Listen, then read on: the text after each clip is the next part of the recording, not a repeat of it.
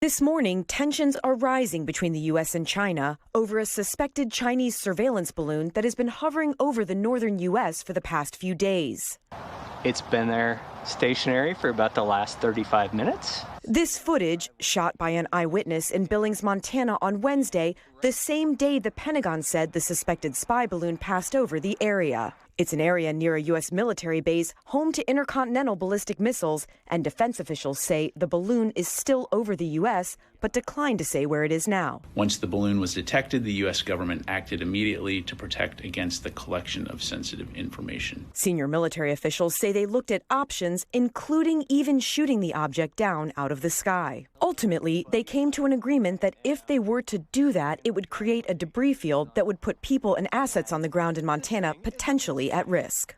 A Chinese government spokesperson says that China is a responsible country that acts in accordance with international law and has no intention to violate any country's sovereignty or airspace. But some U.S. lawmakers calling this balloon incident a provocation. Montana Congressman Ryan Zinke tweeting, "Shoot it down." House Speaker Kevin McCarthy calling for a briefing of the Gang of Eight, the group of lawmakers charged with reviewing the nation's most sensitive intelligence information. Senior administration officials tell NBC News that the president was briefed, but he concurred that they didn't need to shoot the surveillance balloon down.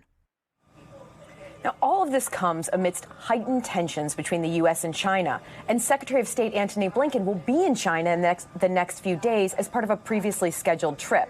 But another very real concern here is whether this balloon could drop sensors to gather sensitive information. These sensors can be very difficult for the U.S. to track. U.S. defense officials say they're watching it minute by minute, including using aircraft like AWACS and F-22s with their own very advanced surveillance capabilities and sensors. Savannah? Well, it's a fascinating story. Courtney Kuby broke it there at the Pentagon. Thank you, Court. Instead of shooting it down or simply letting it be, wouldn't it make more sense to capture it to determine what information it had acquired and how?